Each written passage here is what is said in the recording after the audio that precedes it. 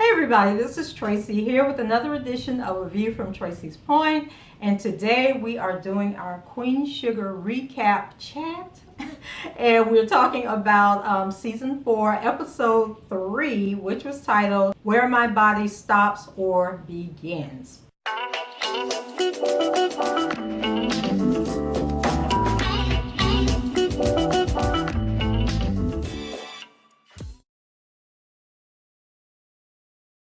If you were looking for my recap of episode 2, I just put it up, so it is out there. And I explained that I was so delayed because I had to go back and watch the season finale from season 3 because I was so lost and confused about the whole Landry situation and what happened with that prison. And then I realized that I kind of got bored with the season finale and I tuned out and wasn't really paying attention. And as a matter of fact, I don't even think I recapped the season finale of season 3. But anyway, we are all caught up. Here is episode 3 of season 4. Oh, and also we're in the midst of a thunderstorm, so if you hear like rumbling and lights flashing, it's the lightning and the thunder outside.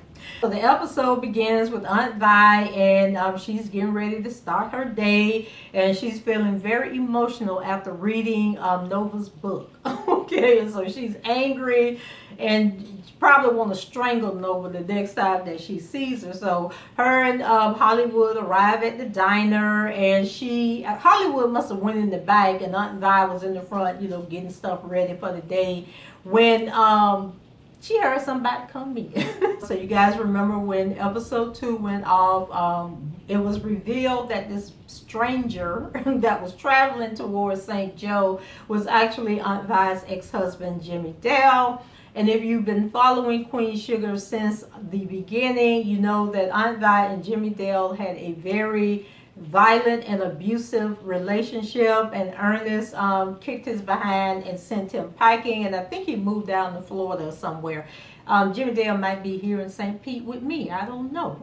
But anyway, that's who the guy is. And so she turned around, and child, when I tell y'all, Jimmy Dale say it's been a while, Aunt Vi passed out. And I was sitting there thinking when we was doing the live tweet on Twitter, I was like, dang, I ain't never seen an ex-boyfriend that made me just fall out. And then I got to thinking, because I tell y'all guys about my 2 oldest daughters, their father is in prison from now on. And so I got to thinking, well, I ain't seen him in 26 years. So I guess if somebody rung my doorbell and I went and opened the door and it was him standing there, I'd probably pass out too.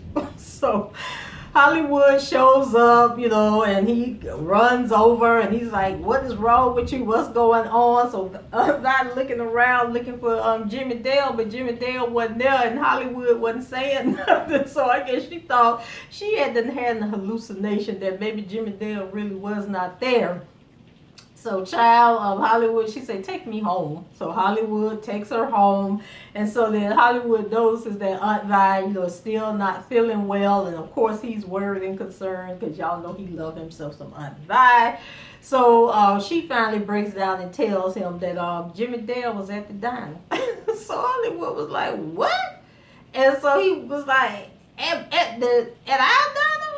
I was like, yeah, he was there. That's why I passed out. So Hollywood goes and he calls, what's the girl that Rhonda? And y'all, what happened to the other girl that used to work at the diner she liked Ralph Angel, Roberta? What happened to her? They just wrote Roberta at the show. We don't know what happened to her. So anyway, he calls and Rhonda answers the phone, and then he tells her that if the guy come back, remember the new guy that came into the restaurant, had the yellow shirt on and the beard, if he comes back, call me and let me know. In Hollywood, he's convinced that the only reason Jimmy Dale is back is because he wants to start trouble, but he'll finish him off, okay? He will finish what Ernest started a long time ago. So back at the diner, Hollywood meets with Jimmy Dale and tells him that he needs to cut the little southern act, like he's this southern gentleman just passing through and just wants to see Aunt Vi to say hello, like old friends or whatever. And so Hollywood just basically tell him he need to get out of town. And so Jimmy Dale was like, well, dang, y'all being all rude, not hospitable or anything, but if that's how you feel, I'll go ahead and leave. And then Jimmy Dale couldn't just say, okay, bye, and leave. He was getting all slick at the mouth. And then Hollywood had to let him know, don't make me finish giving you the ass whooping that Ernest started giving you 50 years ago. So Jimmy Dale leaves, and then Jimmy Dale decides, he better get on the road and get gone. But he reminds Hollywood, because he one of them jokers that's got to get the last word in. So he reminds Hollywood that he too was once a boy alone, and basically he still is. And so he's more a part of the family than Hollywood is. Oh, and then actually when Hollywood first arrived at the diner and sat down, he told Jimmy Dale thought that Hollywood was like the manager or something. He didn't know that him and Aunt Vi was married. And so Hollywood had to let him know that he was the husband. So that's when Jimmy Dale really got into his feelings. Hollywood returns home and lets Aunt Vi know that Jimmy Dale is gone, and that he actually followed him all the way back to I-10 and made sure he got on the highway, so they ain't got to worry about Jimmy Dale no more. Then we move over to Ralph Angel. So it's time for harvest again. And I had to ask one of the other YouTubers. Well, actually, I mentioned it in the video, the episode 1 video, and then she commented because we had talked about this. Her name is it used to be My Twisted Life Poetry, but I think now she just goes by My Twisted Life. She does recaps also, so make sure, and she does a lot of different shows that I don't even watch, so you guys go and check her out and see if she's recapping something that you like to watch. But anyway, she commented on the last video and basically was telling me, because I'd be like, these years are not adding up and this time ain't adding up. So she told me that when the first season started, it was harvest time, and then when the last season started, so first season it was harvest time, second season started, it was harvest time, and so now with the 4th season it's harvest time again. So still only 2 years have passed in this show, and so it's harvest time, y'all. So Prosper and Ralph Angel, they're meeting at the farm, and so Ralph Angel tells Prosper, about Nova's book and how Nova talked about Blue in the book, but Prosper isn't upset about it, and he basically tells Ralph Angel it's no big deal because he found out that his father, the guy that raised him, that wasn't his biological father either, and that it doesn't really matter if you're the biological father. It's the person that actually raises you and take care of you. And so Ralph Angel really shouldn't be ashamed to say, hey, that I may not, my sperm may not have gotten you here, but my love has carried you through the 7 or 8 years that Blue has been here. So Ralph Angel seems to be kind of understanding and coming around. So then one of the workers runs up and lets Ralph Angel know that Ignacio, I think the guy's name is, he's like the lead, I don't want to call him a field hand. He's like a supervisor out there in the fields. And so he's gotten sick and he needs them to come out in the field and see about him. So he goes out, I guess, to check on the guy. So there we have Ralph Angel, and he's on his date with Ja's mom, whose name I still don't know what her name is. So they meet at Aunt Vi's diner, and she basically tells Ralph Angel that she was surprised that he showed up, considering that it is harvest time.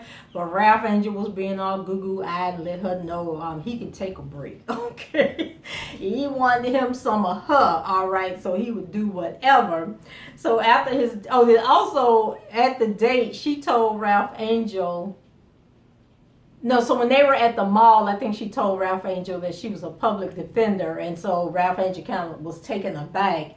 but he said he was okay. So when they were having lunch at the diner, she told Ralph Angel that she had done pulled him up. I'm like, girl, well, I guess transparency and honesty. But she done told Ralph Angel, I know all about your history, your time in prison, that you done just got off of parole. So Ralph Angel was like, oh my God. But, she seemed to be okay with it and said that she understood and it wasn't going to impact them seeing each other. So after their date, and they really liking each other, Darla comes to pick up Blue.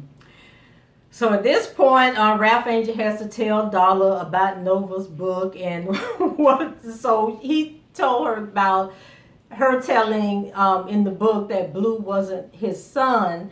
And then Darla was like, how dare she? Like, was she not thinking about anybody else? And she was like, and what else was in that book? So Ralph Angel told her that after he read the part about Blue, he didn't read anything else. And I'm thinking, Lord, when Darla found out that Nova done told all her business about how she was on the dirty mattress in the crack house, and everybody gonna be thinking about that movie. Movie was it? Oh my God, was it Do the Right Thing? It was one of the Spike Lee movies where Samuel L. Jackson was the crackhead, and he was dating Halle Berry, I think it was. But anyway, people gonna be thinking back to that, because when they told that story on Queen Sugar, that's exactly what I was imagining. Like when they went up in then even in New Jack City, when they went up, Ice-T and the comedian, Lord have mercy, y'all, Chris Rock. Remember, Chris Rock was strung out on crack, and they went up in that crack house, and the people was in that house with all them nasty, filthy mattresses, getting high and having sex and everything. So that's what people gonna be thinking when they read about Darla in that book. So Darla is not happy, okay? And she was like, does Nova even consider other people's feelings? And so, they basically trying to figure out how they gonna stop Nova from putting this book out also. So there we go over to Charley. So Nova is still basically not getting it, not understanding what she has done wrong. So there we have a scene with Charley, and she calls the Frances Boudreaux lady. And so I guess she's been trying to call her, but the lady's putting her off. They're saying that she's not taking calls. And so what she's trying to find out is so Charley is upset, that Jacob is able to go to the board meetings, but Charley isn't allowed to go to the board meetings. So she's trying to get to the bottom of it. That, Frances is avoiding the calls, and she's thinking that there's something up with that. And so now she's all angry, upset and everything. So she goes over to Jacob, storms into his office. He having a meeting. She basically kicked the man out the meeting that he was talking to. And so the man was like, he called Charley by name. And then after he left, Charley is like, who is he and how does he know my name? And then Jacob was smirking like, okay, you are famous. And then like, you famous in St. Joe. So why you would think that this man wouldn't know who you is? But then he tells her, so she goes off about why do you get to go to the board meetings. And so he tells her that they changed the bylaws where family members can attend regardless of the number of shares that they have. And so Charlie's still going off, and so he pulls out his phone and he sends her a text, like basically telling her, we need to take this outside because that man is listening to the conversation. So they go outside, and child Jacob, though he loved him some Charley, because he's still trying to get Charley in his favor. And he was basically telling Charley that he was working behind the scenes for her benefit to try and help her. And that even though she stopped the prison, because they put all of Landry's business out, the accounting and everything, so they kind of like pumped the brakes on the building the prison in St. Joe. So he was basically telling Charley, like, even though you stopped that, they still got a plan for that land. Like, it's bigger than you think it is. But Charley, being prideful, just like Nova, didn't want to hear anything he had to say.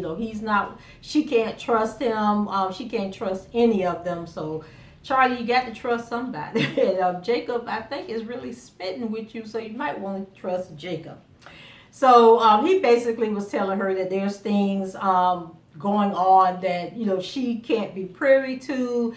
and that he's going to be her eyes and ears, but Charley ain't having it. So after her meeting with Jacob, Charley calls her friend Vicky. I don't know if Vicky is a lawyer, if she's a private eye. I don't know what Vicky do, but Vicky be getting things done. So she's calling her regarding this $1.5 million purchase for land that was completed by Landry Enterprises. And so she walks into the house, and so Romero is there, and so she asked him, was he able to go out, because Ralph Angel had contacted her to tell her about the migrant worker Ignacio getting sick. And so Charley said, oh, I might have somebody that can help. So Romero did go out and take care of the guy. So they were talking about doing like a clinic or something to provide services to the migrant workers, when Romero dropped the bomb. Told Charley, he said, yeah, because the way these people are treated, and then there was like this farm where these two workers were found dead on the farm, and they just covered it up, So Charley was looking like, hold on. So y'all remember when they had that hurricane and Charley made those guys work, Ralph Angel was going to let them go. But Charley was like, well, can't you keep working to get it done? Like the storm ain't here yet, and the guys died in them fields. So, child, I guess that's going to be the end of her and Romero, when Romero found out that them guys died out there in that, in them borderline fields during that storm, and that it was because Charley told them that they had to keep working. So, she got one more thing on her back that she got to carry. And then I'm also thinking, and if you're watching this, My Twisted Life, did you hear Romero say it was a few years ago? So if we only starting year 2 or year 3, how was it a few years ago? I'm just joking. But anyway, so that's going to be another point of contention later on in this season, when it comes out that Charley was behind those guys dying. We move over to Micah. So Charley walks in, and Micah is laying on the sofa. He got on his little earbuds, and so she calls out to him, but he doesn't hear her. So she realizes that he's reading that book. And so Charlie's like, oh, hell. So she goes in the kitchen, and then Micah realizes that she's there, so he gets up to go talk to her.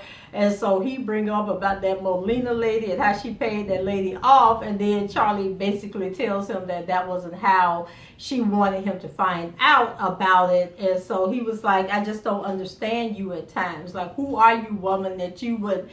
I know what my dad did. I know what a horrible person he was, but damn, you just as bad as he is, because you paid that lady millions of dollars.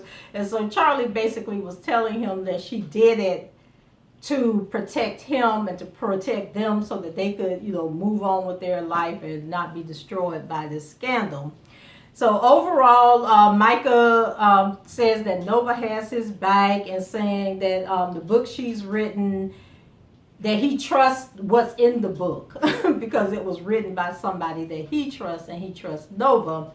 So then we have a scene where Micah is at school, and so Kiki is done with Micah and how he behaved when they were at that tailgate party, and she was like, you're not going to be embarrassing me and messing up my chances of getting in school, and then you out here fighting people. You might get mad at me and think that you can fight me too. And so then Micah, he begging her, like, come on, we gotta talk, I promise you I would never do that to you. I can't tell you, I won't get angry, but I can tell you I'll never get angry at you or put my hands on you. So then that was enough to satisfy Miss Kiki. So Kiki and Micah go back to his house, and when they get there, there was a letter in the mail, and so when he opens the letter up, it was a death threat. And so Kiki's like, we got to go to the police and tell the police. And then Micah was feeling like, well, the police aren't going to do anything, so he decides that he's going to take it to his mom first, which is the right thing to do. So when he gives the letter to Charley, he basically lets Charley know that he don't trust her, think that she would handle it right, because Charley says, oh, I'll take care of it. And then he, feeling empowered, running his mouth. And so then Charley basically pulls out like 2 or 3 other letters that had came since he did that protest speech at the end of season 3. And so she was basically telling him that she didn't tell him about the letters because she was trying to protect him, and that was her way of protecting him, and that she sent him into Europe instead so that she could deal with the situation on her end. And so, she basically was like, I would do whatever for you, boy. Like, Nova is all smoking mirrors, and she talk a good game, but your mama got your back always. This is basically what it came down to. So now we move over to Nova. So Nova's editor, Deborah, now I do know the editor's name. Her name is Deborah. So Deborah calls Nova as she's preparing, because she's going to be doing a book talk. And so Deborah lets her know that the New York Times has decided to do a review of Nova's book, that they had sent them an advanced copy of the book, and that basically the review was so favorable that they were calling it a love letter. And so Nova is like, oh my God, she's all like, she's nervous, but she's also excited because like getting a book review by the New York Times is huge in the publishing industry. So then we go on to the book talk, and so there was this couple there, and they were talking to Nova. And so one of the questions that they asked Nova was, how did she rebuild her relationship with Charley despite all the drama that was going on? And so Nova says that, sometimes you just have to clean out the drawers and start from scratch. And, that's how she dealt with her feelings and all the drama that's going on. She ain't telling people that Charley, everybody disowned her about this book. So then at home, Aunt Vi pulls out a box of her little memorabilia, her memories from the past, which includes the medical band that she had from the hospital from when Jimmy Dale beat her up real bad that time. And so Aunt Vi is really scared and like don't know what to do. And then all of a sudden there's a knock at the door, and it's Jimmy Dale. Now I don't know why Jimmy Dale showed up, but he did. And so Aunt Vi's standing there talking to him and basically telling him that he needs to leave. And so, he tells her that, they're due for a talk, and that, he ain't going to do nothing to her. He just won't talk to her. And I mean, even when he was standing at the door, he was being very negative and nasty and condescending. So I don't know why Aunt Vi opened that door and let him in, but she did. And so he comes in, and he's basically just talking trash to her, talking down to her, talking about Hollywood, like you married that boy. And Aunt Vi was like, trying to defend Hollywood. And then he was like, oh no, Hollywood is a name for a boy with stupid dreams. Like, why would you marry him? So he was like, but I ain't getting into all of that. I really came to apologize, did a lot of dumb mistakes and everything. So then Nova shows up. And so she's like, Jimmy Dale, what are you doing here? And so he was like, oh, Nova, how you doing? Good to see you again. So I was like, again, like, what are y'all talking about? You're like, Nova, what's going on? So here comes Nova. I can explain, Aunt Vi. I can explain. And so Aunt Vi was like, girl, whatever you did to bring this monster to my doorstep can't be explained. And so then things get kind of tense when Hollywood showed. No, actually, Hollywood hadn't even got there yet. Jimmy Dale said something to Aunt Vi, and then Aunt Vi was basically telling him to get out. And I can't remember what happened, like if he came towards Aunt Vi or what, but then Aunt Vi was like trying to push him out, then Nova jumped in it, and they got Jimmy Dale out, and then Hollywood came up, and it was on and popping. I don't know if Aunt Vi had been watering her yard, but Hollywood punched Jimmy Dale in the face. Jimmy Dale fell backwards, and he was just like beating the man, and I was like, Lord Jesus. And so child, when Jimmy Dale finally got up off that ground, it was like they had been wallowing in the mud. His yellow shirt was all damaged and dirty and everything. His face was all bruised up. So I think Jimmy Dale gone for good. But child, before he left, he had to be all nasty and rude to Aunt Vi. And that is something that just really bothers me. Like when a man realizes he's not on your level, and then they have to start calling you names and pointing out things, trying to break down the woman's spirit. And so he took that route. And I'm like, dude, go ahead on, just pretty much telling Aunt Vi that she was nothing. And I thought it was so interesting because actually about 2 weeks ago, I did another video where I was talking about the whole R. Kelly situation. And I actually talked about a guy who did a video where he was just like cussing out all these women, talking dirty and down about the women. And then I made a post on Facebook where I was like, where I saw a friend of mine that I follow on Facebook where she had made a post, and then some guys came into her post and they was calling her names and everything, and I was like, my God, what is this trend with men being so nasty and negative towards women when they can't have they don't feel like they're on an equal level playing field, and so the only way that they feel that they can get the one up is if they talk down to the woman and call her names. And so that's kind of like how I felt about Jimmy Dale and the way he was talking to Aunt Vi. Jimmy Dale, he finally walked off and basically say that all he wanted to do was apologize, but he take all that back now. He ain't apologizing for nothing.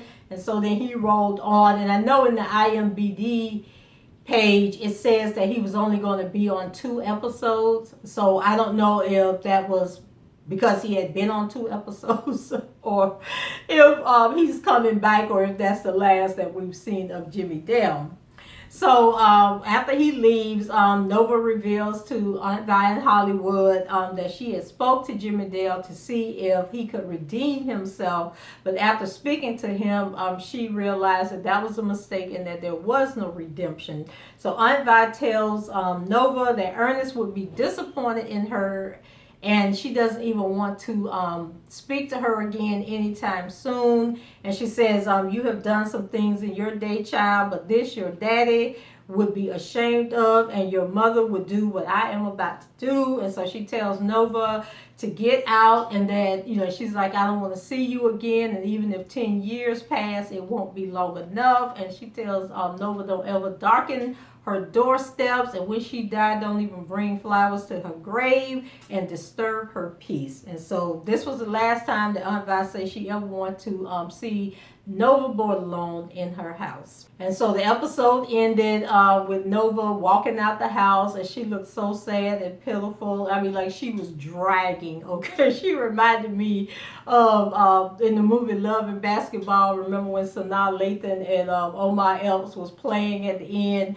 and Omar Epps beat her? Because I think if she won, then he was going to break up with Tyra Banks and be with her. But if he won, she was going to accept the fact that he was getting married the next day. And so Omar beat her, and then she was dragging, kind of half limping, dragging off the basketball court in the driveway. Well, that's how Nova was walking out of Aunt Vi's house. And then she came outside, and she just was crying and looked so hurt and defeated.